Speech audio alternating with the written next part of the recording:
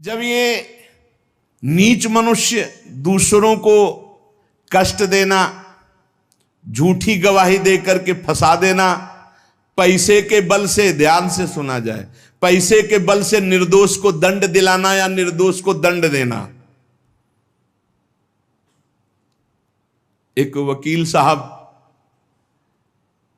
कह रहे थे अपने यहां जो है कि हमको तो वकालत पढ़ाई ही इसीलिए गई कि जो हमारे पास आवे हम उसको जितावें।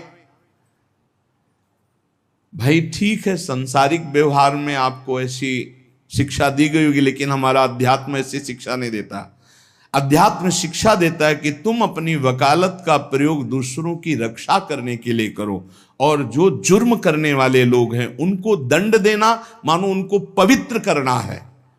अगर आप जानते हैं ये जुर्म से युक्त है, दोष से युक्त है, और पैसे के बल से उसको निर्दोष साबित कर देते हैं, तो वो और आप दोनों दंड के भागी बनेंगे। परिणाम में आपको दुख भोगना पड़ेगा।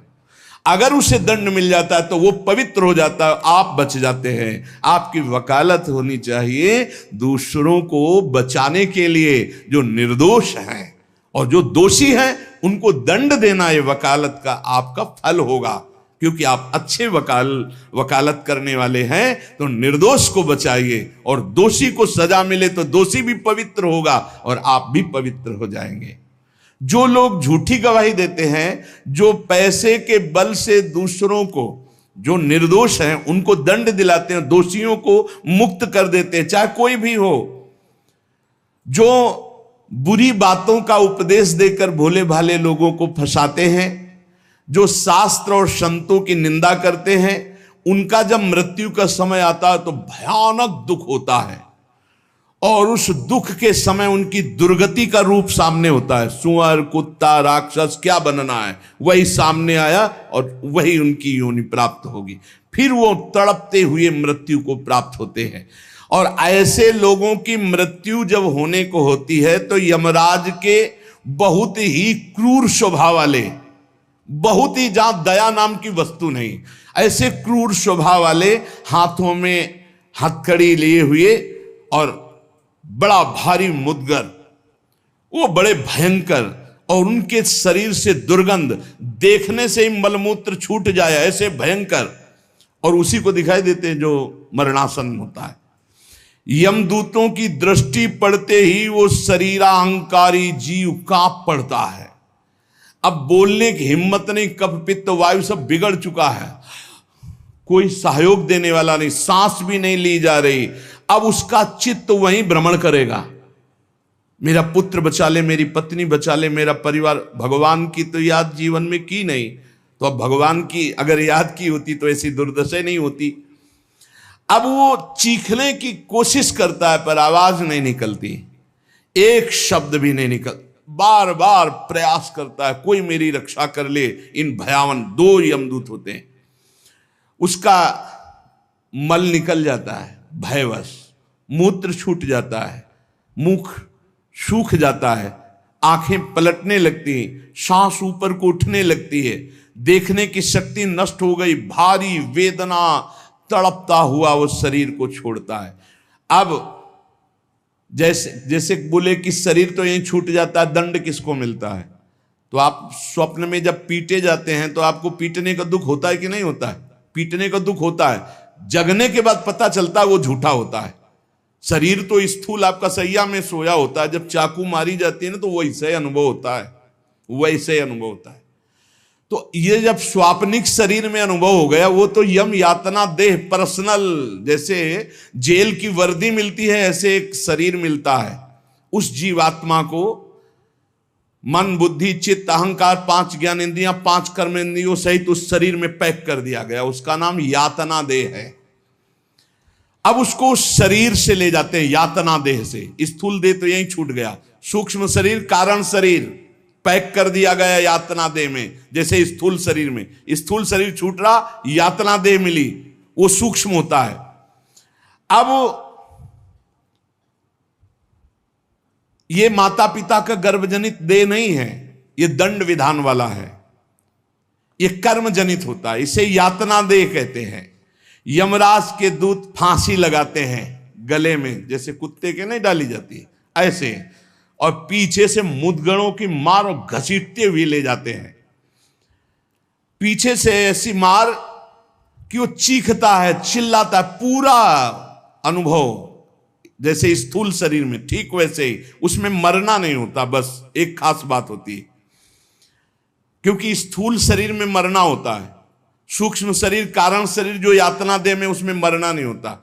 बहुत लोग कहते हैं शरीर तो यहां छूट गया फिर नर्क स्वर्ग किसको मिलता है। अरे शरीर एक कोट की तरह उतार दिया गया, तू तो उसी में पैक है, अभी भूल मत कर। अब देखो दक्षिण दिशा की ओर उसे दौड़ाते हुए मारते हुए पीछे से ले जाते, और तप्त बालू, आग जैसी तपती हुई बालू,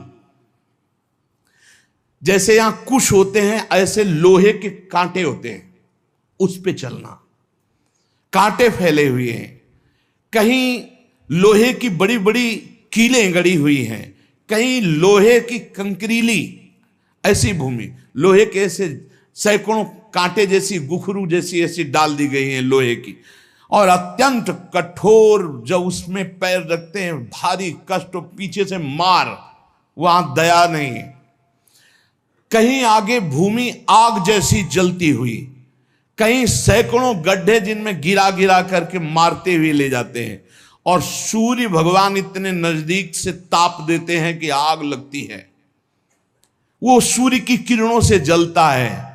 ऐसे यमराज के उस मार्ग में घसीटते हुए यमराज के दूत ले जाते हैं, यमपथ, और बीच बीच में दूत उनको कठोर ताड़ना देते हैं, रोक रोक के, मरना है नहीं। जिस समय जीव को घसीट कर ले जाते हैं, सैकड़ों घुड़कियां, मार, इस तरह का कष्ट हो, अभी ये ब्याज है, नरक नहीं पहुंचा, अभी तो यात्रा है। बिना किसी सवारी के यात्रा होती है 48 मिनट 2 घड़ी में। जो मनुष्य यहां छत्र दान किया है किसी को, श्री जी को, बिहारी जी को, गुरुजनों को, आचार्य जनों को छत्र दान किया, तो जब वो जाता है तो ऊपर के ताप से बच सकता है, उसे वही छत्र मिलेगा। और जो किसी को पूज्य जनों को पादुकाएं दान की हैं, फिर उसको पादुका, अगर अन्न दान किया है तो रोक के भोजन, ये मोक्ष नहीं, कल्याण नहीं, दान पुण्य से नहीं होता, ध्यान दीजिए। हां, उस भारी संकट के समय में तुम्हें भोजन मिल जाएगा, पौशाला खोला, पानी पिलाया तो तुम्हें पानी मिल जाएगा। और जो मूर्ख यहां आकर के ये सब नहीं किया तो जाना उसको भी यमपुरी है। भजन के बिना यमपुरी से नहीं बच सकते, दान पुण्य करके। अवश्य में भोक्तव्यम कृतम कर्म शुभाशुभम, इसीलिए समझ लो, सोचते हो कि हमने दान पुण्य कर दिया, अब हमारे लिए विमान आएगा परम पद का, जाना नरक ही पड़ेगा। बारी मथे घृत होए बरु सिकता ते बरु तेल, बिनु हरि भजन न भवतरी या सिद्धांत पेल। भजन के बिना नहीं, इसलिए कह राधा राधा राधा। अब इस प्रकार की यात्रा, अनेक प्रकार से कष्ट भोगता हुआ पाप पीड़ित जीव धर्मराज के नगर में पहुंचा। अब वहां सेकंड के कम हिस्से में हिसाब हो जाता है। ऐसा थोड़ा क्या नाम है, कहां से लाए हो, क्या क्या किया, ऐसा नहीं, 1 सेकंड के कम हिस्से में बहुत लाइन लगी हुआ। यम यातना के शरीर में भारी कष्ट भोगता हुआ जीव, दाह का अनुभव करता हुआ, कांपता हुआ, भयंकर वेदना से युक्त सामने खड़ा हुआ, देखते ही निर्णय हो गया। अब वहां से उसको उसके कर्म के अनुसार नरकों में ले जाया जाता है। जिसने यहां सूर्य भगवान को प्रातःकाल उठ करके जलांजलि दी है, पुत्र हैं भगवान यम, सूर्य पुत्र, जो अपने पुरखों का पिंडदान किया है, जो समय समय पर अपने पूज्य जनों को, गुरुजनों को, संतों को अपने घर में बुलाकर भोजन पवाया है, जो बुजुर्गों को तेल मालिश करके, जैसे उन्होंने हमें तेल मालिश करके पुष्ट किया, ऐसे वृद्ध माता पिता के जो चरण दबाना है, शरीर पर तेल लगाना है, उनके वस्त्र धो देना, उनको भोजन कराना है, उसको वहां थोड़ा आदर मिलता है। बैठो, खान पान, थोड़ा सुख सुविधाएं, नरक से नहीं बचोगे। भगवत भाव के बिना नरक से नहीं बचोगे। जो जो उसने सेवाएं की हैं, वो सेवाएं, आए हो नरक के मार्ग में तो थोड़ा तेल मालिश हो जाएगा, खवा पिया दे जाओगे, थोड़ा शीतल जल पीने को मिल गया, खान पान की विश्राम की व्यवस्था थोड़ी समय के लिए। अरे इसीलिए जय सीत हरिवंश नरक गति दो, ये जो अपने माता पिता को गाली देते हैं, जो मनमानी आचरण करते हैं ना, खूब अच्छे से तृप्त होते हैं। अब बात ये कि याद नहीं रहती ना, जैसे गर्भ की बात याद नहीं, यार गर्भ की बात याद आ जाए तो तुम भजन के सिवा कुछ नहीं करोगे। मरने की बात याद आ जाए कि पीछे जब मरे थे तो कितना कष्ट हुआ, मां के गर्भ में रहे कितना कष्ट हुआ, ऐसी जेल तो है ही नहीं मां के गर्भ जैसी। विचार करके देखो। अब वो मृतक जीव जो जो सुविधाएं दान की थी, वो उसे कुछ दिन के लिए वहां सैया मिल गई, भोजन मिल गया, विश्राम मिल गया। कुछ दिन के लिए भाई, बहुत होश में, दान पुण्य के भरोसे मत रहना। अब जब वो पुण्य खत्म हुआ उनका, तो यमदूत उनको साथ लेकर गए। 12 दिन तक उसको पुण्यों के भोग का अवसर मिलता, तभी तक 13वीं तक कहते हैं जीव को नरक की गति नहीं दी जाती। 12 दिन तक उसको होगा कोई विश्रामालय, उसमें रखा जाता है। 12 दिन तक जो पुण्य सुकृत हुए उनको भोग लो, अभी आराम कर लो, नरक आए हो। अब नरक में प्रवेश होगा 13 के बाद। तभी कहा जाता है जल्दी जल्दी 12-13 दिन खूब पुण्य कर ले, उसको दान करो आत्मा को, तो उसकी उन्नति हो जाएगी। कोई ये झूठी बातें नहीं है। और राधा नाम बोल दिया एक बार तो इसके बराबर कौन सा पुण्य होगा। यमराज के खाते में पुण्य वाला है ही नहीं ऐसा जितना राधा। अरे जाना ही नहीं पड़ेगा भैया, राधा नाम जिसकी जिह्वा से निकाल, अनुल्लिख्यानंतानपि तदपराधान मधुपति। इसीलिए तो गरज कर कहते हैं, अब जिनको नरक भोगना है वो नहीं सुनेंगे भगवान नाम महिमा, भगवान नाम जप नहीं करेंगे। 12 दिन के बाद 12 दिन तक वो अपने घर के वालों के दिए हुए पुण्य आदि जो उसको भोगता है। फिर जब पिंडदान हो जाता है 13वीं, तब तत्र यद बांधवस्तोयम प्रयच्छन्ति तिलैः सह यच्च पिंडम प्रयच्छन्ति नियमानस्तदनुते तैलाभ्यांगो बांधवानां मंग संवाहनम च यत् तेन चाप्याप्यते जंतुर यच्चास्नन्ति सुबांधवाः। जब शरीर छूटता है उस समय से बहुत होश में रहो, सब कुछ मिलेगा उसको। जीवात्मा जो छाती के पास बैठ के ले नाक बहा रहे हैं, आंस बहा रहे हैं, यही पीने को मिलेगा उसको। बहुत होश में, राधा राधा। कम जिंदगी में वो नहीं जपा तो तुम तो कीर्तन कर ले, वो मिलेगा फल उसको। 12-13 दिन का ऐसा हिसाब रखा जाता है कि बांधोजन परिवार के, लेकिन भजन नहीं करेंगे, रोना धोना। मृत्यु से 12 दिन बीतने के पश्चात यमपुरी को खींच कर ले जाया जाता है उस जीव को। अरे यमपुरी भैया हुआ जैसे जेल पहुंचे, कोई थप्पड़ लग रहा है, कोई डंडा लग, वो देखे कि प्राण छूट जाते कि हमारे ये दुर्दशा। मरना नहीं खास बात है, यमराज की यमपुरी को देखते ही प्राण सूख गए। कोई काटा जा रहा है, कोई कोल्हू में पेरा जा रहा है, कोई पकौड़े की तरह तला जा रहा है, हाहाकार मचा। मरना किसी को है नहीं। मृत्यु काल ये सब वहां नजर आ रहे हैं। मूर्तिमान मृत्यु, मूर्तिमान काल, जो यमपुरी में दंड हो रहा है।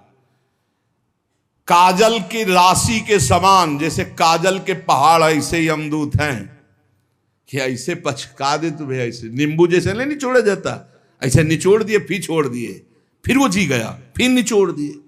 अब बोले 10,000 वर्ष तक यही करना है उसको। अब 10,000 वर्ष तक वो ऐसे करता रहे, क्या दुर्दशा। तभी हरिवंश महाप्रभु कहते हैं, रस सिद्धांत का वर्णन जब करते हैं तो कहते हैं, जैसी हरिवंश नरक गति दुर्भरी, बहुत कठिन है नरक की गति। तभी कहते हैं नरक जाओगे होश में रहो, तो मतलब सबसे बड़ा दंड नरक का। लोग कहते हैं कि कहां नरक स्वर्ग है, किसने देखा है, तुम देख लोगे। ऐसे आचरण रख रहे हो जो संतों की अवहेलना करे, शास्त्र की अवहेलना करे, भगवान को अवहेलना कर रहे हो, अपने आप देख लोगे पर बताने नहीं आओगे। बस खास बात ये है। और भौहें कैसी? टेढ़ी भौहें, काजल के समान काले, और विकराल मुख, लंबी दाढ़ें, कुरूप, आवाज भीषण भयंकर, और रोम ऐसे जैसे बंबूल के कांटे कि अगर ऐसे कर दे तो पूरा शरीर छेद जाए, ऐसे दूत। विशाल भुजाएं, पुष्ट भुजाएं, और सब यम दंड यम पास लिए हुए, बड़े भयंकर, दुर्गंध आती शरीर से। जीव देख के घबराता है, उनके हाथों में फंसा हुआ। अब जो यहां पराये पुरुष से रति करती है, अपने पति को धोखा देकर, जो अपनी पत्नी को धोखा देकर दूसरी पराई स्त्री से, पतिवंचक पर पति रति करई, रौरव नरक कल्प सत परई। ऐसे ही पुरुष को, ऐसे स्त्री को। रौरव का बड़ा भयानक स्वरूप है। रौरव नरक की लंबाई चौड़ाई 2000 योजन है। 1 योजन 4 कोश और 1 कोश 3 किलोमीटर, 2000 योजन कितना हुआ? 4 दूनी 8, 8000 कोश। 2000 का 4 तो 8000 हुआ, और 8 त्रिक 24,000 किलोमीटर का है। 24,000 किलोमीटर का, और गड्ढा रूप है जिसकी बहुत गहराई है। यह नरक बड़ा दुखदाई है। इसमें अंगार रास बिछी हुई है, आगों की अंगार रास, दहकते हुए अंगार, बहुत ही। अब जो स्त्रियां पराये पुरुष से, तो वैसे ही सैया अंगार की और तपता हुआ आग का पुरुष। अब भैया वहां जो पुरुष पराई स्त्री से, ये लिव इन रिलेशन, ये गर्लफ्रेंड, तुम्हारा इंतजार हो रहा है, रौरव में नंबर लिख गया है। तस्मात् शास्त्रम प्रमाणन्ते, पशुवत आचरण नहीं। इसीलिए भारत भूमि में जन्म होना शास्त्रों में महानता का वर्णन किया गया, क्योंकि धर्म का पूर्ण यहां पालन करने वाले जन होते हैं। जो नहीं करते उनके लिए व्यवस्था है। अब उसके भीतर यमराज के दूत उस पापी जीवात्मा को, अब वहां स्त्री पुरुष तो है नहीं, वो तो शरीर पहले ही छूट गया। अब यातना देह, वो जेल की वर्दी, यातना देह नरक की वर्दी, धधकती आग में वो जल रहा है, चीख रहा है, पग पग पर भून भून कर गिर रहा है, न मूर्छा न मरण, रात दिन चीखता रहता है, जलता रहता है। दौड़ना है 28,000 किलोमीटर, बस उसी में दौड़, आनंद लीजिए। कितने दिन? बोले सहस्त्रों वर्ष, 1-2 वर्ष नहीं, सहस्त्रों वर्ष। ऐसे पापियों की शुद्धि नरक में की जाती है। फिर जब वहां से निकलते हैं तो कीड़े मकोड़े, पतंगे, हिंसक जीव, मच्छर, वृक्ष, ऐसी योनियों को प्राप्त होते हैं पापी जीव। या मनुष्य योनि में आए, पाप बहुत नष्ट हो गए वहां, तो यहां कुबड़ा, नाटा, बड़े घृणित शरीर वाले, जो अवशिष्ट पाप बचते हैं थोड़े। आप कहोगे नरक भोगने के बाद भी अवशिष्ट बचे? कि हाँ, जैसे यहां किसी को सजा दी जाती, 20 साल की सजा और 1 लाख रुपया जुर्माना। अरे जब जेल ही दे दी तो जुर्माना का? बोले नहीं, जुर्माना है। तो जो जुर्माना हुआ उसका ये दंड है मृत्यु लोक में, समझ लो। जैसे लोग प्रश्न कर देते, हमें आज समझ में नहीं आता, जब नरक भोग लिया तो फिर यहां क्यों भोगना पड़ता है? तो तुम्हारी समझ में नहीं आता, जब 20 साल की सजा दे दी, 1 लाख जुर्माना रख दिया, वो जुर्माना ये मनुष्य से भजन कर ले हो, नहीं तुम्हारी दलीलें काम नहीं आएंगी। इस प्रकार पाप करने वाले जीवों को विविध प्रकार के नरकों में पिताजी कष्ट दिया जाता है। सुमति महाराज कह रहे, जब यहां से कोई पुण्यात्मा पुरुष गति करता है तो वो पुण्य लोकों को ले जाया जाता है। उसके साथ गंधर्व लोग गीत गाते हुए चलते हैं, आगे आगे अप्सराएं नृत्य करती हैं, और वो विमान पर बैठा आभूषणों से सुसज्जित, समय समय पर मीठा जल ये सब सुविधाएं भोगता हुआ स्वर्ग जाता है, और वहां अपने पुण्य के अनुसार अप्सरा, विमान, महल सब सुविधाएं प्राप्त करता है। पर वहां भी जलता रहता है, क्योंकि उसके दिमाग में एक माला पहनाई जाती है उसके शरीर में। उसको बता दिया जाता है जिस दिन ये माला कुम्हला गई, यहां खोपड़ी के बल से नीचे फेंक दिए जाओगे, मृत्यु लोके विसंति। अब वो रोज माला देखकर जलता रहता है कि ये माला कभी, और जहां कुम्हलाना शुरू हुई तो भयंकर पीड़ा, ये सब छूट जाएगा, अप्सरा और महल, बड़ी सुख सुविधा में आ सकती, और वो सब छूट जाएगी। अच्छा, ये दुख, और दूसरा एक दुख बगल में दूसरी अप्सरा वाला निकला विमान, जो उससे कई गुना सुंदर, कई, अब वो जल रहा है, उसको शांति नहीं। तब लगी कुशल न जीव कहूं, सपने हूं मन विश्राम, जब लगी भजत न राम कहूं, शोक धाम तज काम। पिताजी, जो मनुष्य यहां वीर्य को नष्ट करता है, बर्बाद करता है, उसमें जीवात्मा होती है। ये बहुत ध्यान देने, इनको इनाम में महारौरव नरक मिलता है, परिणाम में महारौरव नरक। ये जो अष्टमैथुनों का प्रयोग करके बिना शास्त्र मर्यादा के वीर्य को बर्बाद करते, जैसे शास्त्र मर्यादा है संतानोत्पत्ति के लिए, गृहस्थ मासिक धर्म के बाद, पवित्रता होने के बाद, भगवत चिंतन करते हुए भगवान की सृष्टि पूर्वक जो आराधना का भाव रख करके संतान उत्पन्न, बस उतने के लिए शास्त्र आज्ञा करता है। नहीं, मानव जीवन बहुत ही सावधानी के लिए, वीर में ये सब हम आप जैसे प्रकट हुए ऐसे जीवात्मा विराजमान है, उसको यथास्थान ना समर्पित करके और नष्ट कर देना, या फिर संतान नष्ट कर देना, या बहुत तरह से जो ये है महारौरव नरक की प्राप्ति होती है।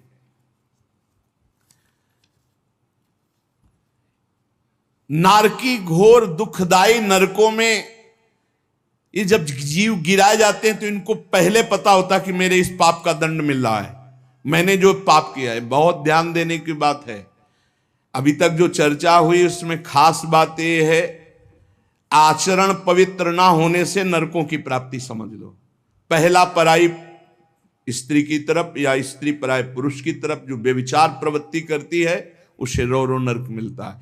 यहां जो व्यर्थ में वीर्य नष्ट करते हैं अन्य प्रकार से, इसे खिलवाड़ न समझा जाए, ये मनोरंजन नहीं है। मानव देह बहुत बड़ी संपत्ति है जो भगवान की प्राप्ति के लिए मिली है। जैसे आप अभी पता चले कि आप शरीर को नष्ट करना चाहते हो तो हमारी भारत सरकार आपको बंदी बना लेगी। सरकारी संपत्ति, आप जी सकते हो, केवल सेवा कर सकते हो, कर्म कर सकते हो, लेकिन इसे नष्ट करने का अधिकार नहीं। तो भागवतिक भी दंड है इसमें। तो आपको जो संपत्ति मिली हुई है, आंख, नेत्र, कान, सब इंद्रियां, इनका सही मार्ग में प्रयोग करो। गलत प्रयोग करोगे तो दंड मिलेगा। तुम इसके स्वामी नहीं हो, तुम सेवक हो। ये भगवान की दी हुई वस्तु है, उसे दुखदाई नरकों में गिराया जाता है। दिमाग में बैठा लो ये बात। व्यर्थ में ब्रह्मचर्य को नष्ट करना, व्यर्थ में ये पाप जनित कार्य करना, महारौरव नरक में जाने का पूरा तैयारी कर रहे हो। ये अज्ञान की बात नहीं, भगवान की कृपा से सत्संग सुनने को मिल रहा है, शास्त्र सम्मत। तो डरो, डर करके अपना सुधार करो। ऐसा नहीं कि आप कोई नहीं देख रहा, आपके मन में जो आया आप वो कर रहे हैं, नहीं, आपको इसका दंड मिलेगा, एक एक सेकंड का दंड मिलेगा। यमदूतों द्वारा घसीट घसीट कर ले जाए गए उस महान रौरव नरक में एक घंटी यंत्र की तरह उसमें बड़े बड़े कांटे ऐसे हैं जैसे खजूर के, वो घूमता हुआ है। इसका विस्तार 12,000 योजन है।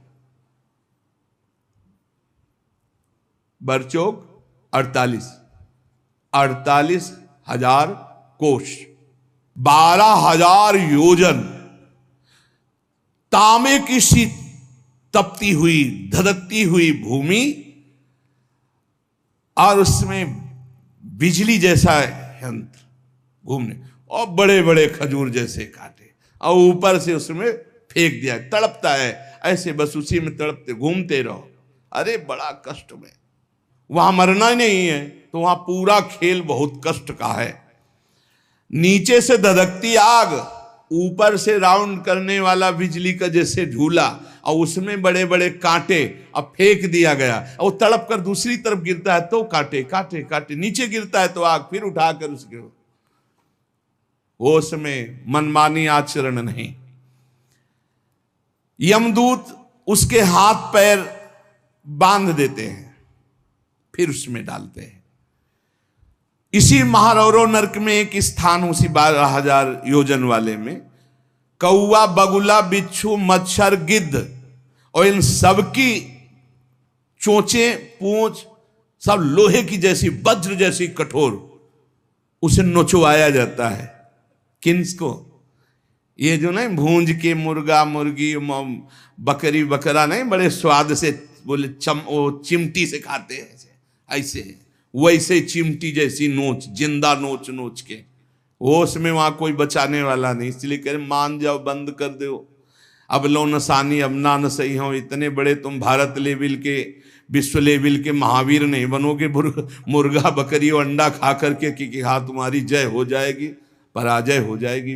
बंद कर दे रे, ये मांस मछली जीवों की हत्या करना, मनुष्य जन्म बहुत सुंदर मिला है भगवत प्राप्ति के लिए। जिनके कानों में पड़ रहे हो हाथ जोड़कर प्रार्थना है, रौरव नरक महारौरव नरक की तैयारी मत करो, ये मुर्गा मछली बंद कर दो, इतने बड़े बलवान नहीं हो जाओगे कि यमदूतों को पटक दो। यमराज के पास लौट के गए, बोले बहुत धुनाई हुई है, वो तो केवल हरि पार्षद कर सकते, दूसरे ले नारायण पुकारा तो हरि पार्षद आ गए, बचा लिया उसे। समझो, कौवे, बगुले, बिच्छू, मच्छर, गिद्ध, ऐसे मच्छर ऐसा जो पूरा ऐसे इंजेक्शन जैसे बड़े बड़े ऐसे वज्र के समान, जिनकी चोंचे मार मार करके नोचते हैं। अब वो व्याकुल छटपटाता है, आप जब कर्म सुधारने थे तब तो मनमानी आचरण करते हो। ये बहुत संभल के, ये हम इसीलिए सुना रहे हैं कि जो नहीं समझ रहे कुछ नहीं, देख लेना भैया, देख लेना। बोले कि यहां कोई देखने को मिलता है? हाँ देखने को मिलता है। मर्सरीज गाड़ी में लग गई आग, वो अंदर है, जिंदा भून गए, ये क्या है तुम्हें समझ में नहीं आ रहा है? तुम जिंदा भून के खाते हो तो समय तुम्हें जिंदा भून देगा। तुम दूसरे को काट के खाते हो, एक्सीडेंट हुआ, यहां घुसा यहां घुसा, निकलने के चांस नहीं, तड़प कर मरो। कर्म को अवश्य में भोक्तव्यम कृतम कर्म शुभाशुभम, किस जन्म का कौन सा कर्म तुम्हें दंड दे दे, डरो। यहां सब कुछ दिखाई दे रहा है, तुम आंख खोल करके देख लो।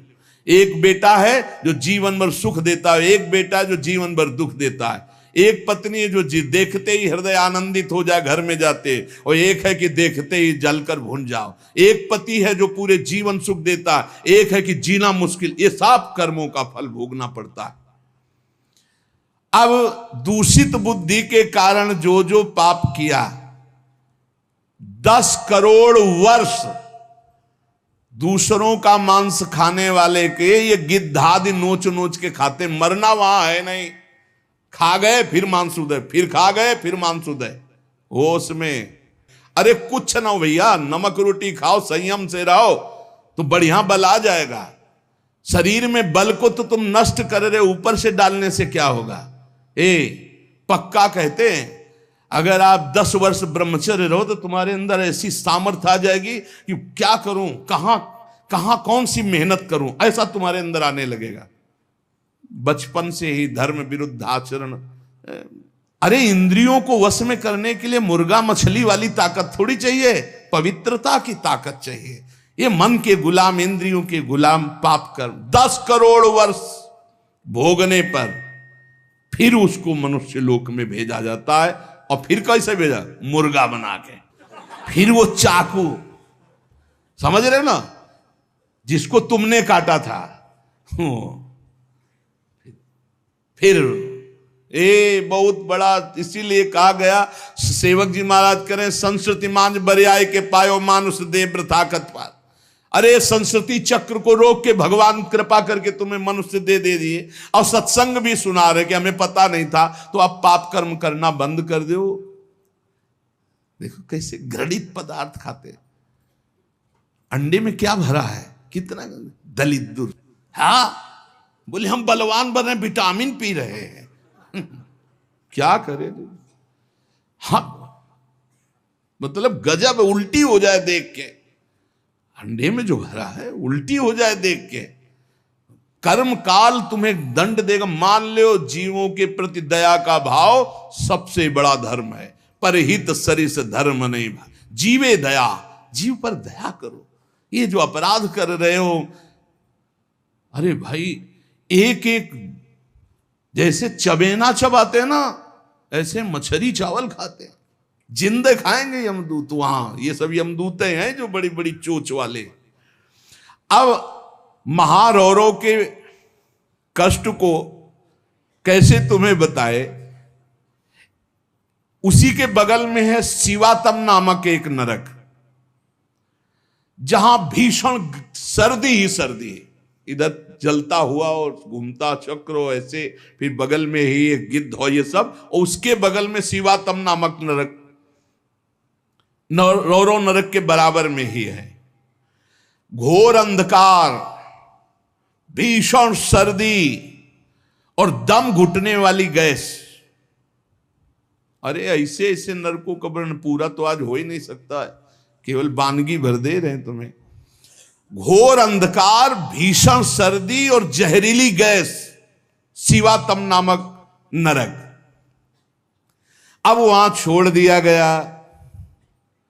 अब वो कांपते हैं, सांस लेने में वो जहरीली गैस उनकी दम को, मरना वहां है नहीं, और सब अंधेरा है, सब एक दूसरे को। और ये वहां इतनी सर्दी की दांत कटकटाते हैं, भूख प्यास अन्य उपद्रव, इसके साथ ऐसी वायु चलती है कि बड़े बड़े ओला, फूट जाए शरीर, भयंकर हड्डियां चर चर टूटती हैं, ऐसे ईंट की तरह ओला गिरते हैं, मज्जा रक्त बह रहा है, अंधेरा, भीषण गैस, वो प्राण लेने वाली, क्षुधातुर मनुष्य एक दूसरे को खा रहे हैं वहां नरक में। शिवातम नामक नरक, महान कष्ट भोगते हैं ये निकृष्ट पुरुष जो दूसरे के बच्चे का अपहरण करके ले आते, जैसे ने दूसरे आदमी का चोरी करना, हिंसा करना, मार का, ये सब इस नरक को प्राप्त होते हैं। डरो, यही डर ही डर हरिवंश हित, जिनो भ्रमय गुण सलिल पर, जी नामन मंगल लोक त्युस्व। ये छोटे छोटे पशु पक्षियों को तुम मार कर खाते हो, दूसरों के धन का अपहरण करते हो, अस्त्र शस्त्र लेकर किसी दुकान में घुस गए, उसको मार दिया, काट दिया, उसकी संपत्ति छीन लाए, ले लो, तुम्हारा ये स्वागत होगा। शिवातम नामक नरक में डाले जाओगे, जहां केवल अंधकार, भीषण सर्दी, ओला की वर्षा और दम घुटने वाली गैस, हजारों हजारों वर्ष वहां तुम्हें भोगना होगा। इसी के बगल में है निकृंतन नामक नरक। इसमें कुम्हार की चाक की तरह पूरा नरक घूमता रहता बड़ी रफ्तार से। ये थोड़ी देर रफ्तार वाले में किसी यंत्र में बैठ के देखना, बहुत रफ्तार से जो घूम रहा हो, चक्र की भांति निरंतर घूमता रहता है।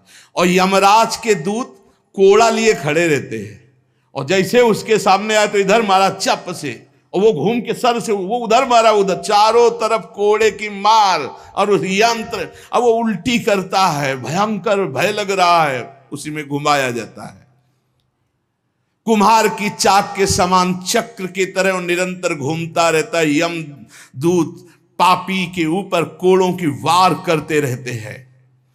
शरीर पूरा मस्तक तक रक्तमय हो जाता है कोड़ों की मार्ग से, रफ्तार से वो घूमता है, प्राण निकलना नहीं है, सब चिथड़ा उड़ जाता है कोड़ों, और सब मरना वहां है नहीं। बहुत कष्ट भोगना पड़ता है। यहां जो शराब पीते हैं, शराब पी करके अपने पूज्य जनों का अपमान करते हैं, नहीं, उनको पृथ्वी घूमती नजर आती है शराब पीने वाले, उसी में डाले जाओगे। नरक वैसे ही बना है तुम्हारे लिए व्यवस्था। जो बड़े पूज्य जनों का अपमान करते, गाली गलौज, मदिरा पीना महापाप है ऐसा हमारा शास्त्र कहता, मान लो। इसमें ये मत सोचो कि जीव की हत्या नहीं, लेकिन हमारा जो शास्त्र के तस्मात् शास्त्रम प्रमाणम ते कार्याकार्यो व्यवस्थित हो, ऐसा ना सोचो। बिल्कुल अक्षरशः सत्य है। आज विज्ञान भी जो कुछ लाभ ले रहा है हमारे शास्त्रों से ही ले रहा है। विज्ञान भी शास्त्र का अनुसरण ही करता है। एक बहुत बड़े वैज्ञानिक आए थे अपने भारत के, उन्होंने यही बताया कि जहां से मेरा विज्ञान समाप्त होता है वहां से आपका अध्यात्म प्रारंभ होता है, इसलिए मैं दर्शन करने आया हूं आपके। जब तक शरीर के पापों का नाश नहीं हो जाता, इस अप्रतिष्ठित नामक नरक में बड़ा असह्य दुख भोगना पड़ता है। ये शराब पीना, ये बुजुर्गों का अपमान करना, दूसरों की हिंसा करना, अत्याचार करना, ये बंद कर दो। ये तुम्हें तमोगुणी राक्षसी बुद्धि प्रदान करती, इसलिए निषेध किया गया है। मनुष्य हजारों वर्षों तक इन यंत्रों को भोग करके जब पवित्र होता है, तब फिर उसको फिर यहां मृत्यु लोक में जन्म दिया जाता है। एक अस्पत्रवन नामक नरक है। ये 1000 योजन तक की लंबी भूमि का है। बड़े बड़े तलवार जैसे इसमें है, पत्ते हैं तलवार जैसे मजबूत। 1000 योजन में, ऐसे समझो एक वृक्ष है 1000 योजन, और ऊपर से फेंके जाते हैं पापी, कई टुकड़े होकर नीचे गिरे, फिर उठा के फिर फेंके, यही क्रिया चलती रहती है। सूर्य की ऊपर से प्रचंड गर्मी, नीचे से जलता हुआ दाह, और बीच में तलवार जैसे ऐसे यंत्र, उनमें फेंका जाता। अस्पत्रवन, तलवार की तीखी धार के समान। और जो आसपास जगह है उसमें बलवान कुत्ते रखे जाते हैं, जो 10,000 की संख्या में एक साथ, जो जीव फेंका गया, कटा, नीचे गिरा, सोई शरीर पूरा हुआ, सोई कुत्ते नोचने लगे। होश में हो जाओ, बहुत भयावह है। और उनके मुख दाढ़ें भी बड़ी लंबी लंबी, कुत्तों की, व्याघ्रों के समान, इसलिए वो हाय हाय चिल्लाता है, वहां कोई बचाने वाला नहीं मिलता। इस अस्पत्रवन नामक नरक में बहुत दुख दिया जाता है। बार बार आहत होकर के नीचे गिरे तो अंगार, अगर थोड़ी देर शरीर बचा रहे तो कुत्ते नोच रहे, फिर उठाकर फिर उसमें डाला गया। एक भयंकर तप्त कुंभ नामक नरक है, जिसमें तेल खौलाया हुआ है, पकौड़ा की तरह पकाए जाते हैं। पुत्र सुमति ने कहा, पिताजी मैंने इन सब नरकों को भोगा है और मुझे 10,000 जन्म की स्मृति प्राप्त है, इसलिए मैं यथावत देख के कह रहा हूं। आज के 7वें जन्म पहले मैं एक वैश्य कुल में उत्पन्न हुआ था, और मुझे अपने कुल की सेवा मिली हुई थी। जो तो एक दिन मैं व्यापार से जा रहा था तो कुछ गौएं पानी पीने जा रही थी। मैंने उन गौओं का विरोध कर दिया और गौओं को पानी पीने नहीं दिया।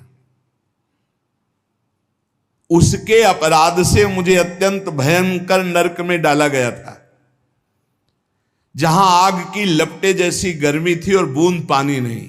कई हजार वर्षों नरक भोगना पड़ा था एक अपराध का। जो पापी यहां इस पशुओं को काट करके उनका खून पीते हैं, उन पापियों को कोल्हू में पेरा जाता। मैंने वहां देखा, कोल्हू में जैसे गन्ना पेरा जाता है, नीचे खून की कीचड़ जमी होती, दुष्कर्मियां चिल्ला रहे, उनको कोल्हू में पेरा गया। धीरे धीरे आराम से पेरा जा रहा, बाहर निकले फिर पूरा जीवित, फिर पेरा जा रहा है। हाहाकार ही हाहाकार वहां सुनाई देता है।